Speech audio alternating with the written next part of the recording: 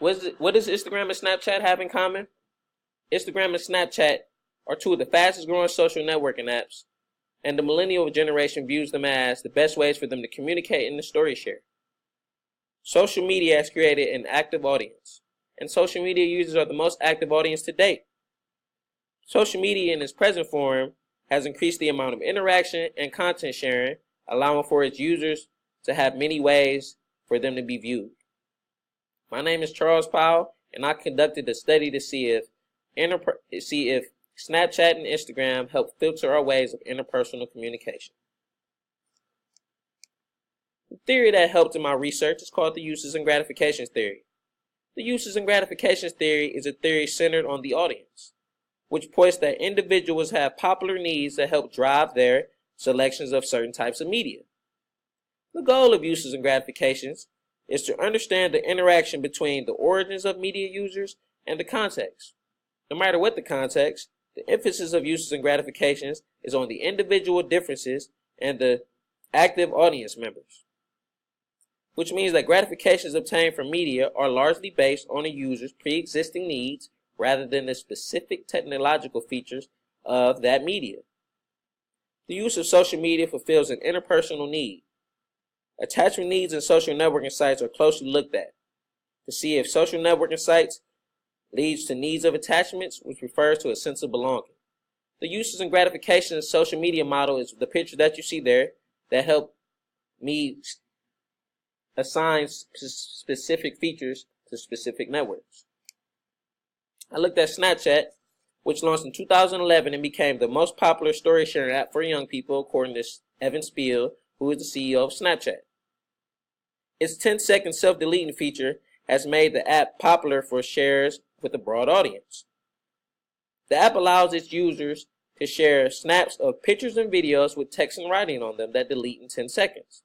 Because of this, their users are attracted to it because it leaves no digital footprints. I also looked at Instagram, which launched in 2010 and emerged as one of the most used social network platforms in 2015. Due to its ability to connect people with a large audience of followers, according to McDowell, decision to use Snapchat or Instagram for most powerful celebrities, Instagram became an epicenter for photo sharing and photo distribution. It later led to a more visual culture for us. The app allowed its users to become artists because they can edit their photos before they post them. The account I decided to observe the Instagram and the Snapchat account of DJ Khaled, who is a hip-hop recording artist. He happens to be a highly active user on both, and I wanted to see where his usage stemmed from. This study is going to focus on celebrity usage of each networking site for DJ Khaled and how he chooses to use both or none. According to the Lemper's article, Uses and Gratifications 2.0, New Gratifications, there are 4 possible gratifications from media technology that help define the way we use new media. They happen to be modality, agency, interactivity, and navigability, which spell out the point main, which are the main points of social networking sites. Here's a chart that I used to drew out what specific characteristics came from each affordance. For my particular study, I only needed to use modality, agency, and interactivity. Navigability was something that didn't specify to this research. According to the Lemper's article, they had a table in there of reasons why people use social media platforms. So I took those statements from each variable they had in that table, and I applied them to what I would be observing to see if I could figure out what DJ Khaled's usage, his main usage for each platform was.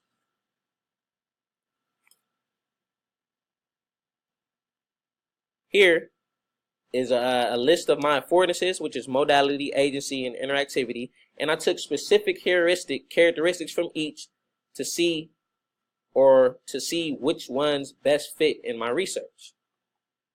As you can see, there are quite a few for each affordance, and I chose about 3 for each affordance.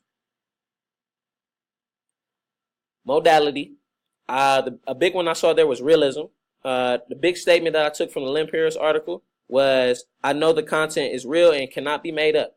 This was displayed numerous amount of times on DJ Khaled's Snapchat. The content there is live, it's real, it cannot be made up or filtered like a still photo from Instagram can be. Coolness, novelty, and being there. I thought being there was a huge one. It helps me to immerse myself in places I cannot consistently physically experience. Being that DJ Khaled was and is a celebrity during my research, he constantly allowed people to step into a networking world of his to feel as if they're there with him while he's doing certain activities. Another one was that it creates the experience of being present in distant environments. A lot of times DJ Khaled is nowhere near a lot of his users or followers and where they are. It allowed for people, and even me at times viewing it, especially on Snapchat, allowed me to feel as if I was interacting with DJ Khaled. I didn't feel the same as much on his Instagram because they were all still photos. He didn't have any videos. Even though when I saw a still photo on Instagram, or I'm sorry, Snapchat, it was followed by a story that explained that still photo. With agency enhancements, it allows me to have my say. It allows me to assert my identity. Those are things that Snapchat specifically and Instagram aim to do. Snapchat being more active, allowing you to have more videos and snaps, things of that matter, which DJ Khaled fully used that to the extent because he only posts his videos on his Snapchat. And on his Instagram, there was only photos. He didn't have any photos. He didn't have any videos in his Instagram in the last 5 months. Bandwagon allows me to review the opinions of others before I make a decision. This was a big one because DJ Khaled is working on an up-and-coming album, and he was searching for an album title and artwork. DJ Khaled took to his Instagram and posted a photo asking for feedback from his followers so he can come up with the album cover artwork as well as the name. That was a huge one for me because it shows a sense of reality from DJ Khaled. And then we have interactivity, which falls under the interaction tab. I expect to interact with the system. DJ Khaled, I thought this was a huge one because Evan Spiel has given DJ Khaled his own set of personal filters on Snapchat, which allows for him to interact with something that's totally tailored for him. So I thought that was really big on the Snapchat. As for the results of my data, the data collected showed evidence that the variables used in the study are influential variables for DJ Khaled's usage and why he decides to use each app. In short, it's very obvious that DJ Khaled uses his Instagram as a means of promotion. He shows nothing personal on his Instagram account, and although Instagram has similar features like Snapchat, DJ Khaled doesn't have any videos on his Instagram account at all. They're all photos within the last 5 months. And all his photos are professionally taken because he's always tagging a photographer. Which would lead me to believe that DJ Khaled himself isn't running his Instagram. I believe that he is hiring someone to run it because it doesn't seem very interpersonal. So what was discovered about DJ Khaled? From the research, DJ Khaled is very consistent with who he is, and he gives a constant reminder of that by the way his posts are set up.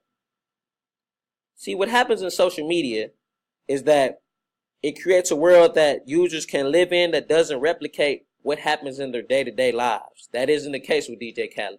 He wants people to step into his real life via his Snapchat or his Instagram. What helps these worlds to stay alive is others' activities on a specific person's account. So, if I were to stretch the truth about how I was living a little bit, the way that world would stay alive is how the engagement I get from my followers and things of that nature. DJ Khaled seemingly living in the real world that he's actually living in through both apps. He's still getting that engagement back from people, which allows him to keep it going. With that being said, it would show that heavier use of social networking sites leads to a need of attachment. I believe that DJ Khaled's use of Snapchat stems from us as followers engaging in his day-to-day life via his Snapchat, which also refers to a sense of belonging. So in a way, DJ Khaled leans on us for his sense of belonging as an artist through both of those social media platforms. DJ Khaled uses the apps as a means for him to share things about himself while staying sociable, which happens to be a trait of his that Instagram and Snapchat highlight, especially Snapchat. When doing this research, I did come across one huge limitation. The 10-second deleting feature that Snapchat has. Because it deletes, I can see things within that 24-hour period and record, but I can't actually bring proof of that to be backed up. I can't make it concrete because it deletes. It's no longer obsolete. That was the biggest limitation of the study that I had. My name is Charles Powell, and I hope that everyone watching this video has learned that social networking sites leads to a need of attachment and a sense of belonging.